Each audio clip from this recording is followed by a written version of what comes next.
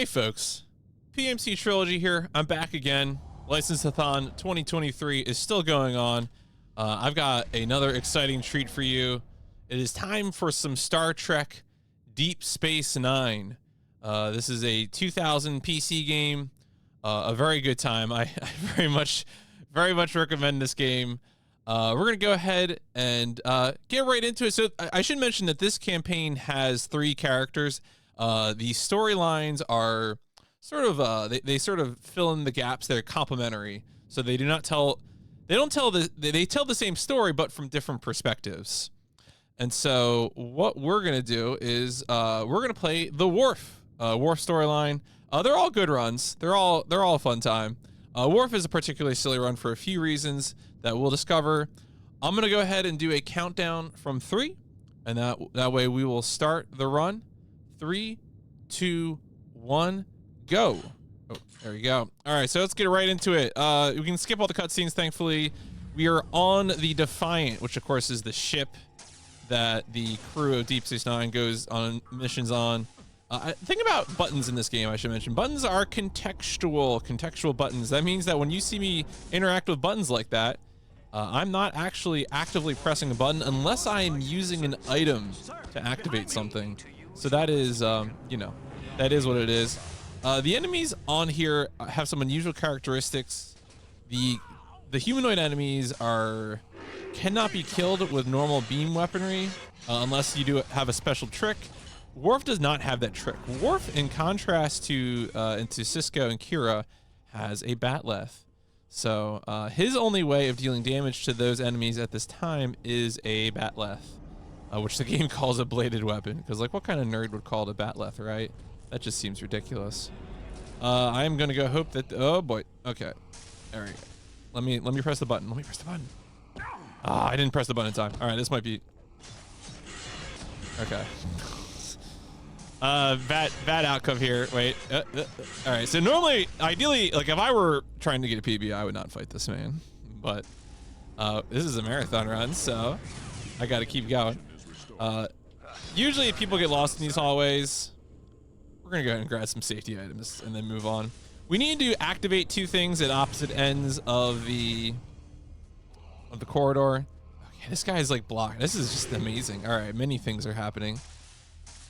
Okay, when those little drone enemies hit the ground, if they hit the ground, they have a chance to shock you, which is why I'm gonna try to avoid being next to them when they land on the ground. Ideally, they just get vaporized instantly and we move on with our lives.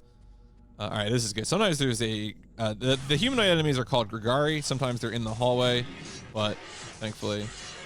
I should mention I'm playing on, there is a patch for this game. This game was released on 2000, but there is a patch for it. The patch fixes some problems. For example, why does the Worf always fall down when the Grigari die?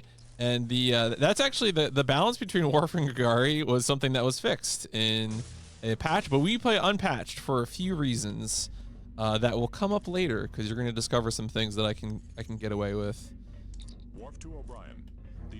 Fun fact: if you're a Deep Space Nine fan, this game is super worth playing because this game has most of the original voice cast. I mean, a lot of the Deep Space Nine voice cast are accomplished video game voice actors.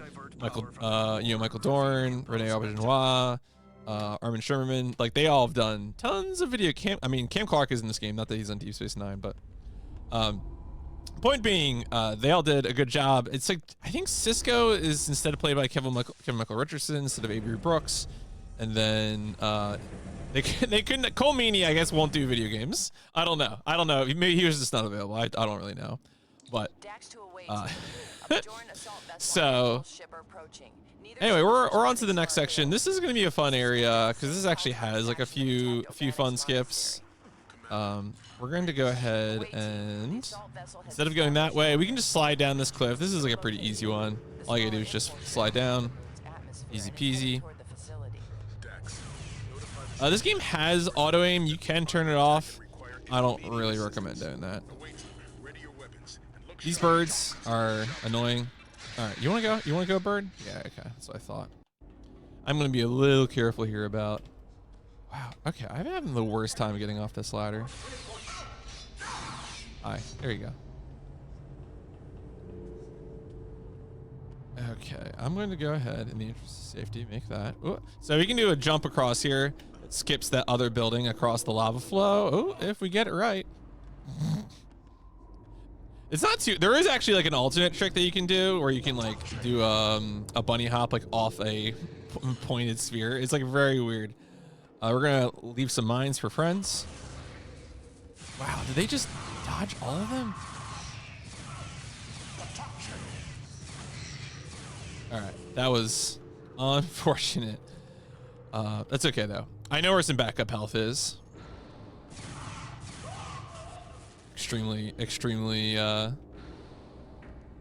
backup run strats here, but you gotta do what you gotta do. Oh, that's right, it's in his corpse, of course. That's where we keep all our medical supplies, in corpses. All right, cool. Yeah, now we got some more ammo. But yeah, so there's an example of me using an item to open a door, which is like the exception to the rule. Except I opened the wrong door. Okay, so oh wow. I didn't even, so normally enemies would only suicide if you damage them and stand near them. But that man, he had to clock out early today. Okay, so.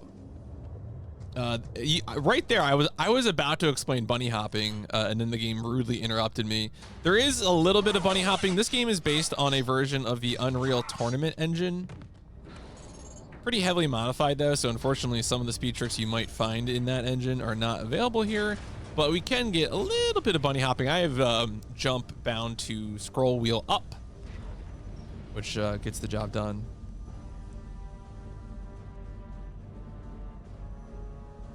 Notice how the back of the helmet looks like a frog face. Enjoy that knowledge.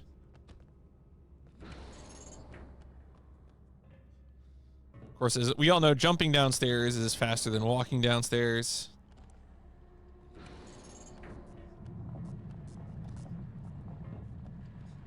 Try it at home or don't. Up to you. Bird. Get this health.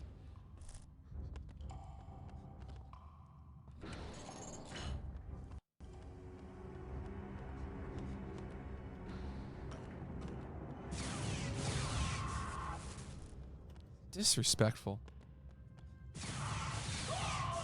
Okay.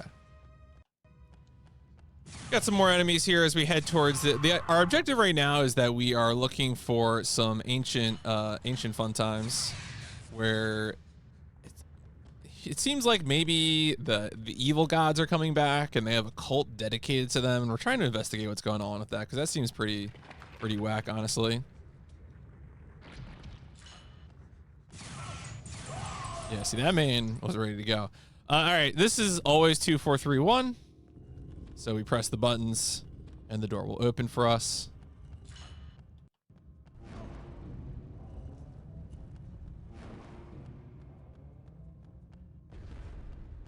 This spider is super angry.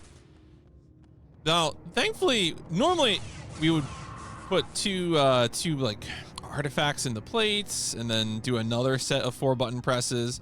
But thanks to the power of speedrunning and the Unreal Tournament engine, we're actually gonna have a way to avoid that. It's pretty exciting. I'm pretty excited by that.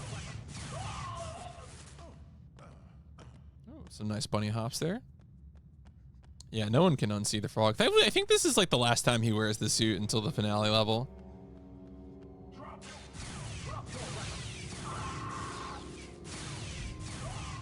All right. One more man here on the left. Okay, so each of the campaigns comes through this level, and they each have a variation on this trick. This one is the one that kind of requires the least because unlike the other characters, Worf is actually tall enough to make that grab without needing to use a mine to do it. But he does. Everyone needs a mine to do this one.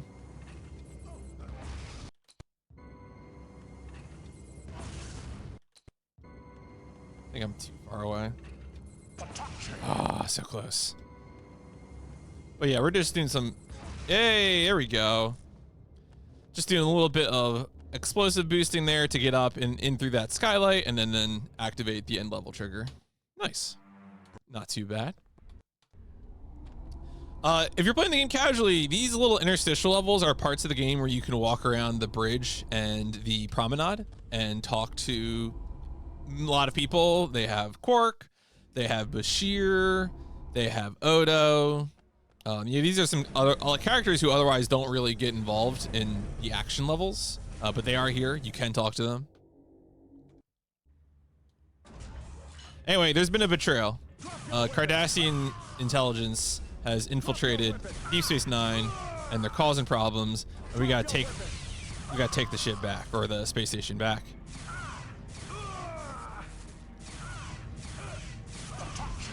Ah, that man cut off a shot. Disappointing.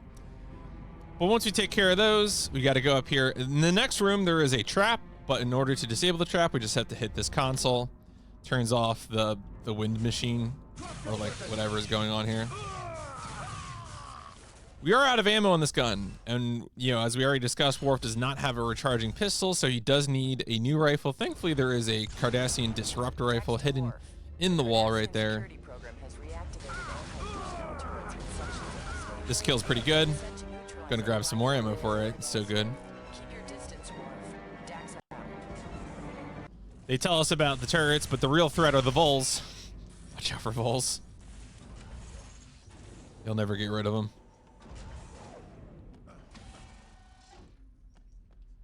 Now we're gonna cut off the first route of escape.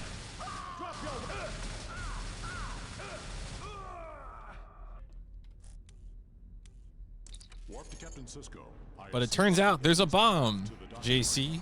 So now we have to go defuse the bomb in order to finally save Deep Space Nine.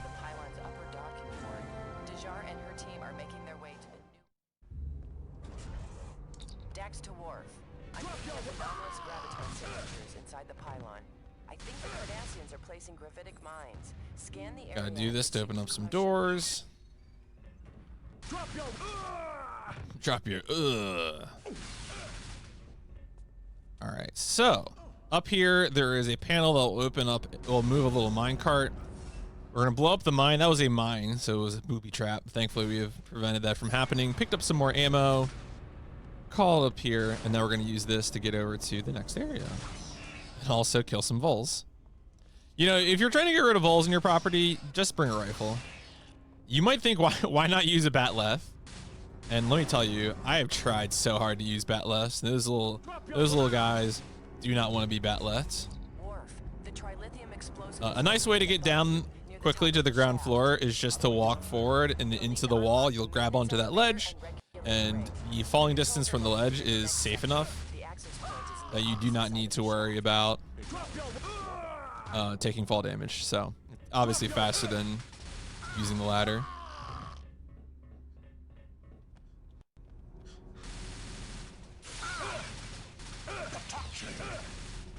Oh, got him. Just as I got 0. That's good. All right. Usually that ammo count is always tight, and so that's like my ideal outcome, my normal outcome. Disable the shield. This man is upset at me. He's gonna have to die mad.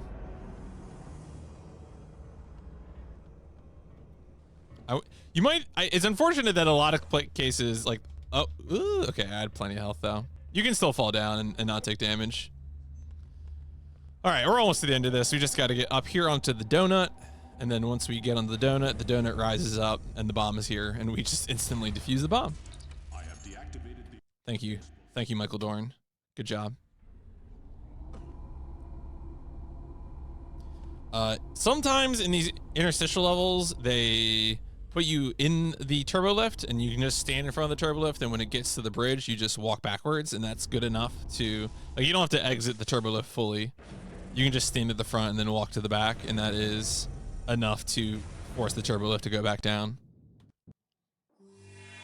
All right, time for probably the silliest trick in this. So we're trying to go onto a crashed Federation starship to recover an orb.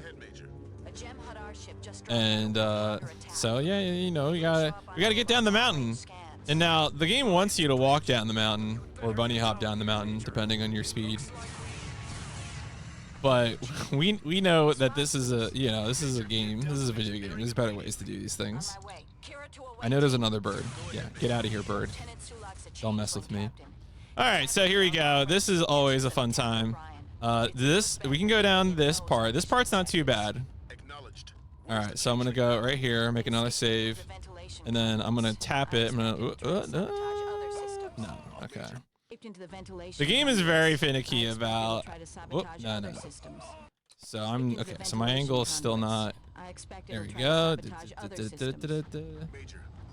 All right.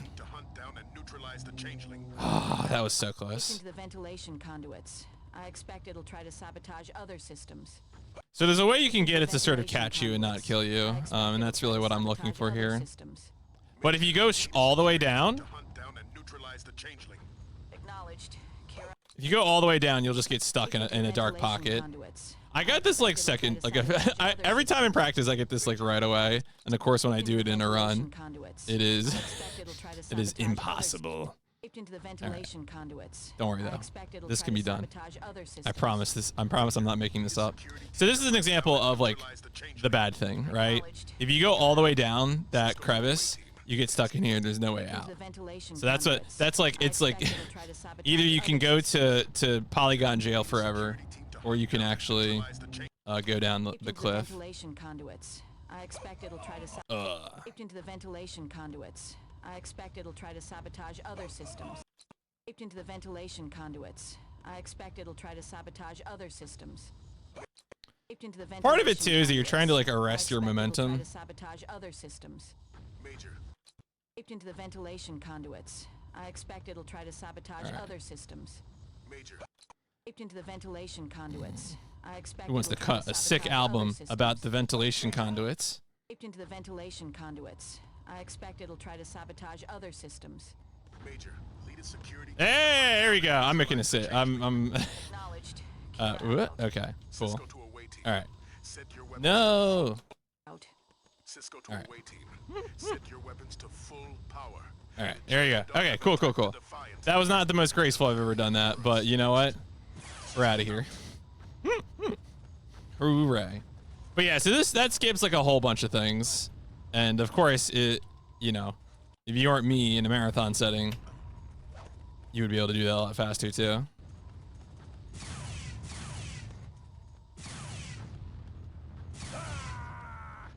All right, all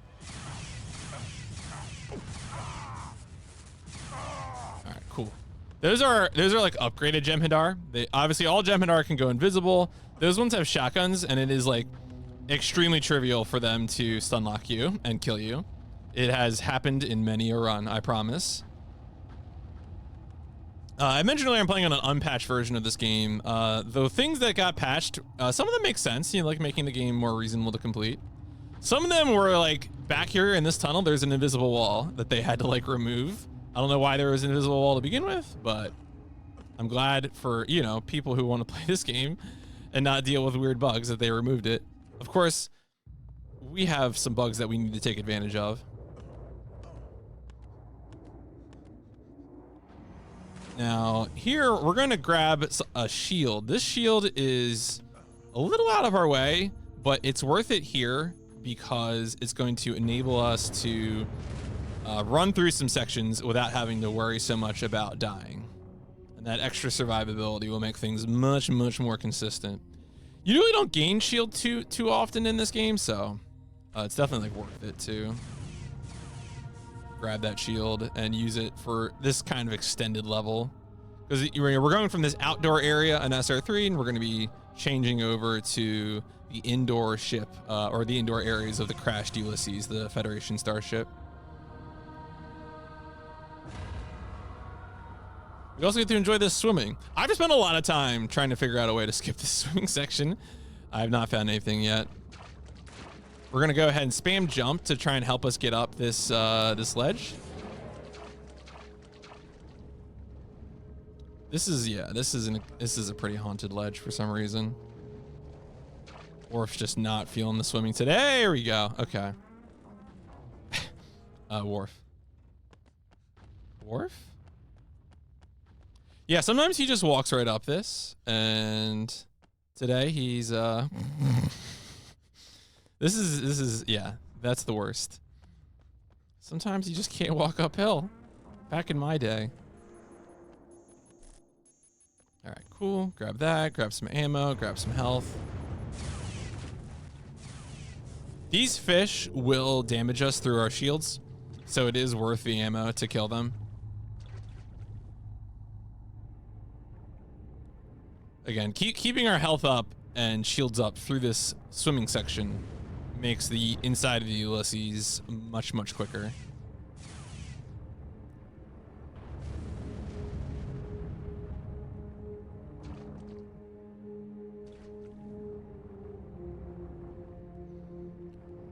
This is, yeah, so right now we're actually underneath the ship that we're about to enter. This is a section that both Cisco and Worf go through, but Cisco's level like jumps down from that cliff up there where those trees are. Of course, Worf has to swim around the whole thing. Again, that's an example of like there's got to be a better way. There's got to be a better way. This whole thing is on a slightly upwards slope, which makes it tempting to want to do bunny hopping. The bunny hopping sort of works. But it's like, I got a few.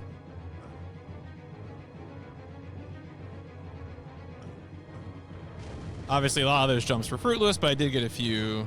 Oh, whoa. I must have accidentally mouse wheeled down there.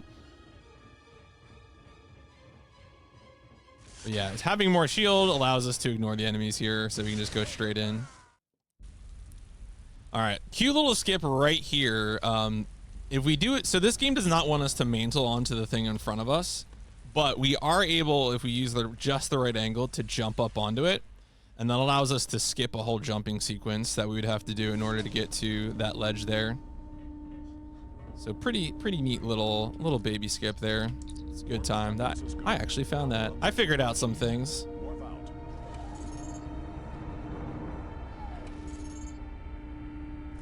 All right, we're gonna grab health.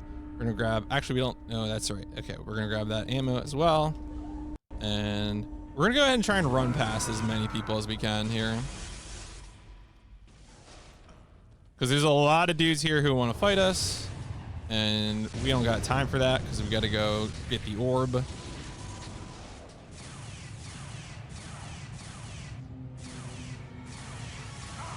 All right, is the other one dead? There should be more guys here. Concerning. All right, this is fine though. Honestly, if I can keep my shield and ammo, like that's fine by me. All right, well there goes my shield. Rest in peace, shield. So we got a few swimming sections. Of course, the Ulysses is partially flooded. That swimming section is short, but we're gonna come up to another swimming section that's gonna require the use of a respirator for us to do quickly. Thankfully, there is a respirator right there.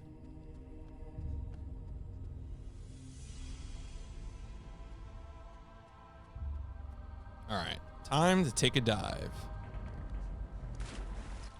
There we go. Equip the respirator by scrolling through our items and picking the respirator.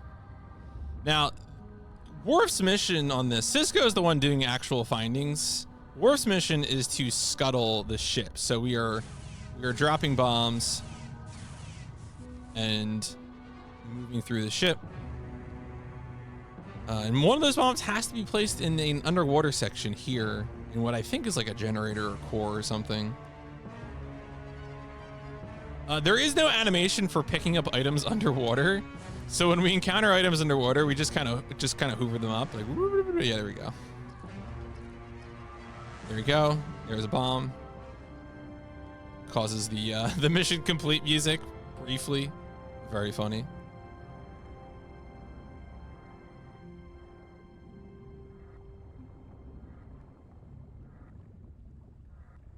All right. This is another area where we're going to try and just run out as opposed to actually deal with enemies. Because we're pretty close to the end of this too, so even if we do have nobody here. Yeah, the biggest risk there is actually that I could get shotgunned in midair and just fall down, which has absolutely happened multiple times. It's I don't recommend doing that. It's a very silly time. There is an item that will be very useful to our escape here, which is a space shotgun. You've seen enemies using it. It is now time for us, the player, to use it.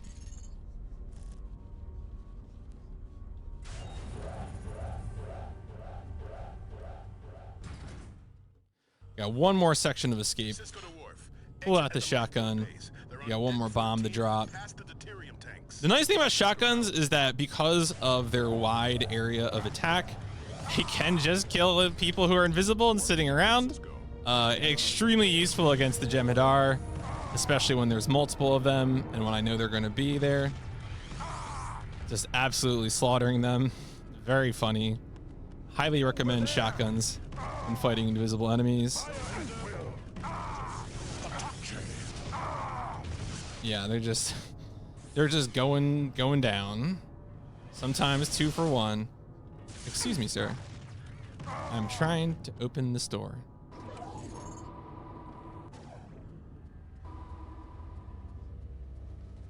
That's pretty much it. In Cisco's playthrough, you have to wait for this door to open, but since Worf is exiting here after Cisco, the door's already open. And anyway, we get caught by the Jem'Hadar and we get taken to space jail. So the space jail sequence is definitely the hardest sequence for Worf, mostly on account of combat. I have a bunch of strats for making it somewhat safer, so let's go and see how that goes.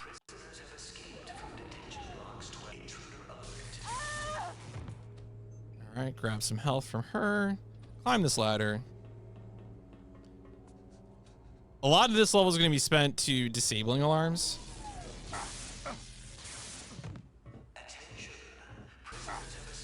Nice bunny hops. Those the non-Jem'Hadar enemies are the Vorta. They're like managers. Some of them have like psychic blast attacks. Extremely important from here to get the rifle and also to get the level 1 access card. It is essential. Grab some more ammo. Got to use the card in order to get through here.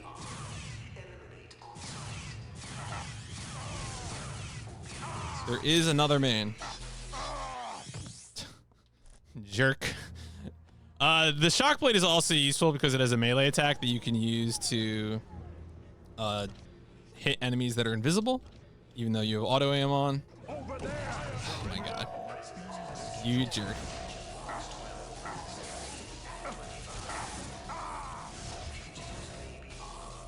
Can you? Damn dog. Wow. All right. I don't know why it's not. All right. Here we go. Not the ideal outcome. I feel like there might be more enemies around, but it's fine. Turning off alarms is going to be important in lots of parts because turning off alarms will prevent enemy spawns in certain sections. Very, very useful. I cannot recommend it enough. Of course, we get the Bat'leth back. I don't think we really use the Bat'leth again in this run, but you know, we picked it up. Good to have. There is a turret up there that just... Sometimes it will not see you, which I guess is the consistent strat to avoid it. We don't have time for that, though. We got to get out of here.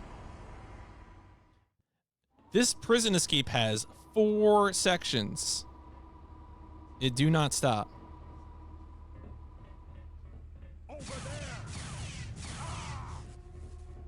A man to the right, a man to the left.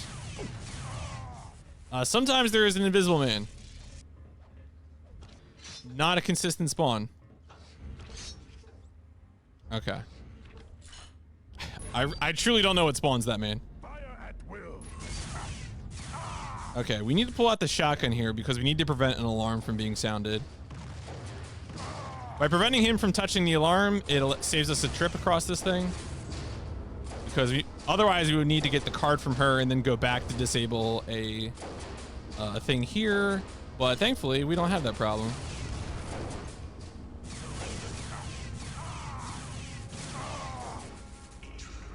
There's a turret there that we absolutely must destroy. So I got the tricorder. The tricorder, as it turns out, is actually like a super essential item for Worf here, because the tricorder allows us to disable, allows us to cause mines to appear. If the mine isn't made visible by the tricorder, then you will not benefit from. Oh my god, are you for real, dog? Of course. All right, whatever. If you don't make the mine visible, even enemies will not activate mines. So it is super important to have the tricorder, because otherwise the only thing that will activate the tricorder is your body dying. So the tricorder, as it turns out, is actually essential for this one section. Again, it's one of the things that we picked up when we were going through the initial jail level there.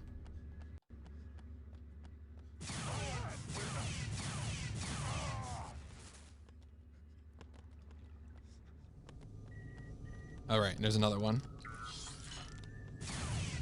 Just very, very rude, very disrespectful.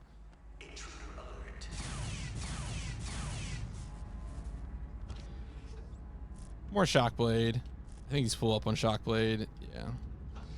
One of the things I'm doing is I'm trying to preserve my supply of shotgun ammo, because I really, really need shotgun ammo for the end of the sequence.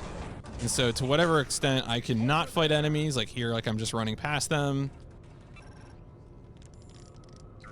Or, you know, if I can use a blade or the shock rifle, I will. You know, it just makes my life easier.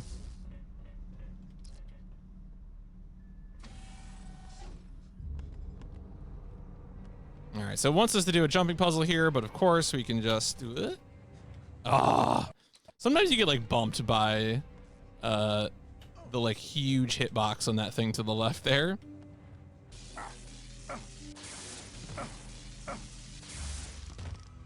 Grab that, hit, bam. Some shockblade ammo.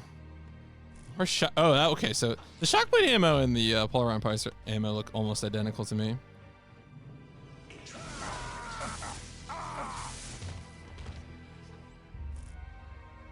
We want extra health here because we are gonna have to go through some things that will involve us just taking damage and not being able to avoid it. We do need this orb. All right, important little bit here. This man wants to activate the alarm. We do not want him to activate the alarm. Doing that prevents 2 enemies from spawning, saves us the trouble of having to deactivate the alarm. So shout outs to sniping. You love to see it. That's actually a new strat that I was thinking about while practicing. So, world premiere, you know. Normally I would try to knock that guy down with a long-range shotgun shot, but it was very inconsistent, whereas sniping is 100% consistent. I have not had sniping fail yet. I'm sure it will soon though, but not yet.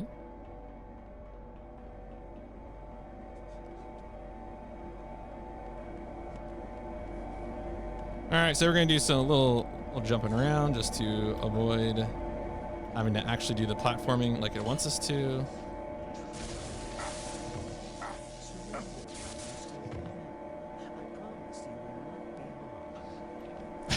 I like that man finished his dialogue line.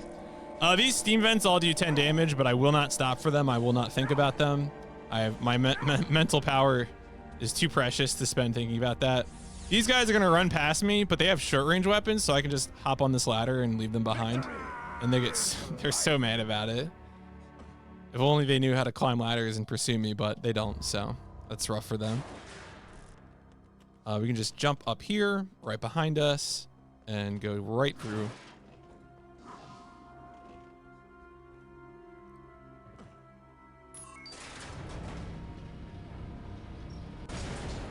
All right, so now we're getting, this is the last section of the prison escape, and by far the most dangerous. But good news, we have a full shotgun, and that's gonna help us out a lot. Oh, whoopsies.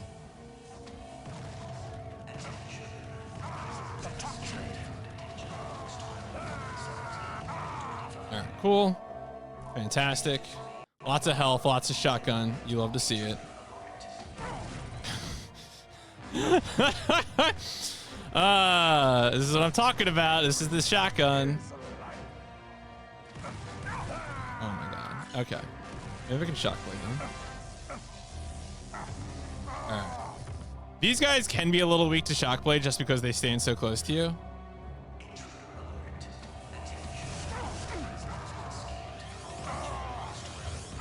There we go. Got him. All right, now there's 2 more shotgun enemies. Oh, actually, so now that I have the level 3 card, I can disable this. Disabling this is really important because, you guessed it, more enemies would spawn in the final area. All right, cool. I could actually, I wonder if I could just ignore them. Yeah, that might, yeah, that's my bad. Normally I do things in a different order because I'm scrounging for shotgun ammo. But if I do things in that order, I can actually just ignore them and go down because I forgot the elevator is actually like 3 wide. Anyway, that's the prison escape. We're out of there. Thank God. Thank God. If you stand on top of the turbo lift, you will die. Don't stand on top of the turbo lift. It won't be easy beating the Obsidian Order at their own game. But This could have been a phone call. I like how he tries to look at me as I leave on the turbo lift. The portraits are always exquisite. Peak era 3D polygonal portraits.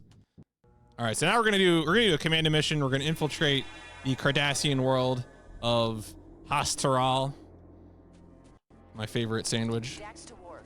Head to the Thoronite exhaust port. It's located outside the base at the far end of the island. Watch your step, Worf. My doctor told me my Hastaral was too high. All right, there's a gun in this crate. We want this gun. So I mentioned earlier we're playing Unpatched. Why are we playing Unpatched? Have I told you about fantasy walls? That's like one of the big reasons we play Unpatched. So that allows us to go to the other end of there. It's a good time. This isn't even the only Star Trek shooter. There's some other Star Trek shooters out there that I haven't played yet that I'm really interested to. The Elite Force games are based on Voyager. I'm really interested in. I'm also interested in Klingon Honor Guard, which seems like a really dopey game. And there's like a few other that are like pseudo first-person shooters, but Klingon Honor Guard and the 2 Elite Force games are kind of the big ones that I'm interested in checking out. I do believe Elite Force is like a Quake, like a Quake 3 engine game, and I think some better speedrunners than me have already played those games.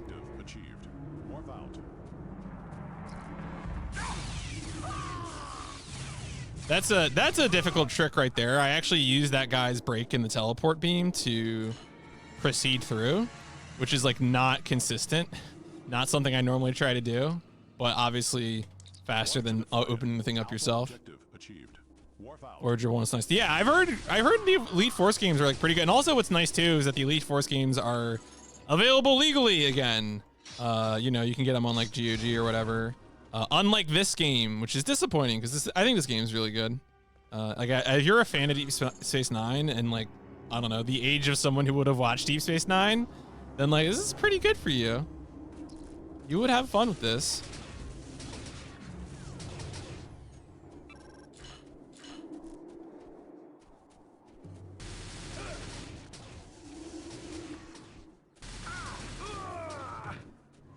It's good.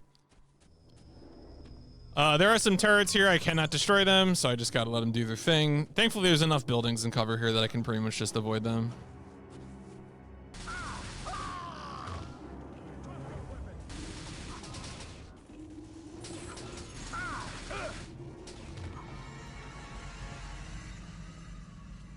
And then we gotta place one more bomb here in the garage, in the garage. Worf to Defiant. Gamma objective achieved. Worf out. And now we'll return to the vent section that we walked by earlier in order to get deeper into the compound. Oh, come on. Did you really see me, dog? There's no stuff. I mean, there is a way to like jump over this gate, but the thing you gotta do is just press the button. when we play as Kira, we can actually use a skip there.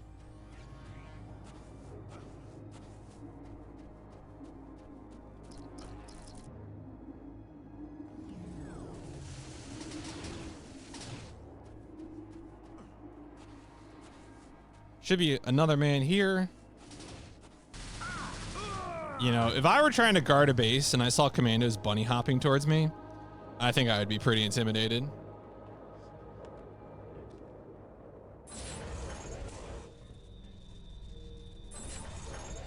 There is a puzzle here that Cisco has to do, but since again, Worf is coming in after Cisco, the puzzle's already taken care of. We don't have to redo it.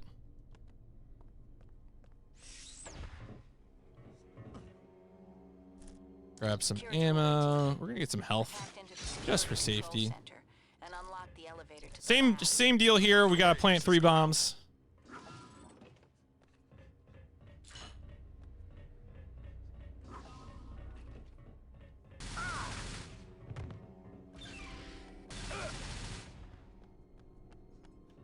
This is the one, like, we can do a bunny hop there as a treat.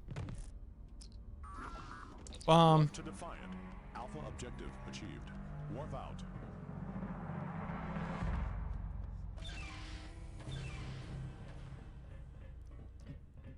Each of the characters goes through this area, and I normally find this area to be very confusing, but thankfully Worf, like his navigation of it is super simple. What? Oh my god. Warp to Defiant. Yes, I know you can drop the bomb in there. Don't lie to me. Because he just has to place the bombs in these little hatches in the middle. All right, cool. Beta objective achieved. See you later, nerds. And then he just exits.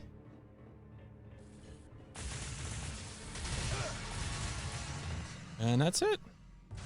Commando mission achieved. This place is going to be scrap.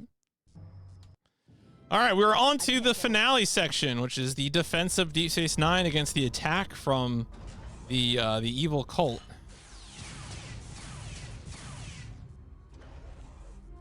We got to repeat a thing that Kira does in her earlier betrayal section, where we're going to activate these panels. But instead of fighting Cardassians, of course, we're going to be fighting the Gregario forces that we fought at the beginning of the game. This grenade launcher is spooky. Ideally, he stands far enough away that I can just not die horribly. There is health up ahead though, so don't worry too much about me. All right, cool. Yeah, not my finest hour, but the alternative there is that you can try to go for the bat left kills like I would have in the first level, but of course they have explosive weapons this time as opposed to the just, you know, their fists, which is all they had in the first level. No? No? Okay, normally you can... All right. It is inconsistent to climb through the windows, and I do not understand. I had been on a streak recently, but once again, we have been thwarted. I wonder if I can just melee this guy.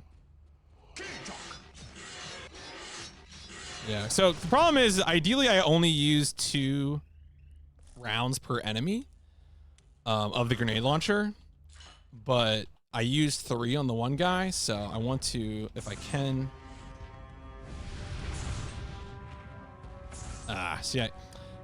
that's probably not wise to do, but don't worry about it. We'll be fine. So we got a plasma thrower. Plasma thrower has some weird properties. What's weird about the plasma thrower? So it has a right click that is explosive. Pick it up. All right, thank you. The right click is explosive. It will kill the enemy in 2 shots. There's a left click that is like a flamethrower. The problem with the left click flamethrower is that it will dissolve the enemy and their weapon. Obviously, we need the ammo. It takes 20 ammunition to use the explosive right click, but on this unpatched version, when you only have 20 ammo left...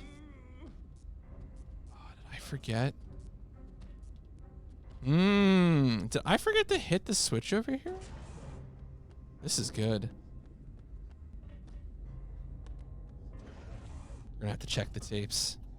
Streamer, you're supposed to be prepared for your marathon run. Did you just not?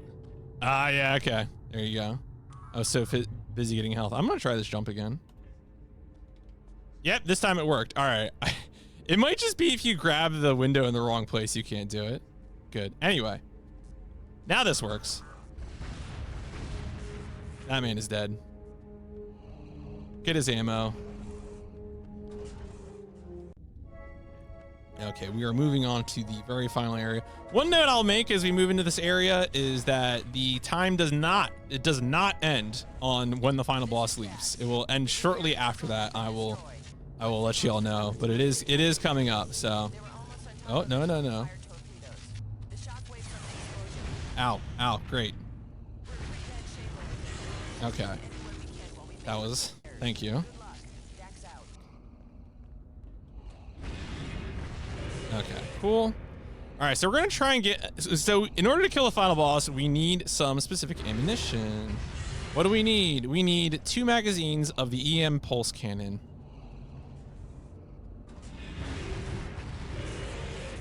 All right, pick it up. Okay, no, open the door, thank you. All right, so now we have a full clip of it. We don't even have to fight that other guy. We just needed this in order to go ahead and take out the final boss. Final boss is an evil Cam Clark. He's not much of a threat. We just gotta hose him down with some harmful electromagnetic pulses. All right, so anyway, he's upset with us. He leaves. The way this game is working is that like Worf and Kira fight him, and then Cisco actually finishes him off. Time is going to happen when I get to the bottom. Oh, actually, it's going to happen when when you see loading, just end the time. It's going to be at the end of this hallway. When I say this hallway, I mean this thing right here as I get to the doorway. End time. There we go. That is Star Trek Deep Space Nine, The Fallen, any % Worf. Definitely a worthwhile game to play. I'm a big fan. As I said before, this game actually runs pretty well on modern computers if you use DG Voodoo 2. Unfortunately, I cannot help you source the game because it is not currently available on any digital distribution storefronts, but it is a lot of fun to play. So I do recommend playing it if you like Deep Space Nine. And as I said, there's 2 more campaigns. There's the Cisco campaign and the Kira campaign, which show the game from other perspectives. And, you know, there's lots of Star Trek gaming out there. I've not played Resurgence yet, but maybe sometime soon. Resurgence is more of a narrative game than a speedrun. But yeah. That is going to be it for me and License-a-thon. Thank you again for having me for this run, and as well as for my G-Savior run from yesterday. Obviously, there are many good runs yet to come into the event, so keep watching, keep enjoying, and hopefully I'll see you for future License-a-thons.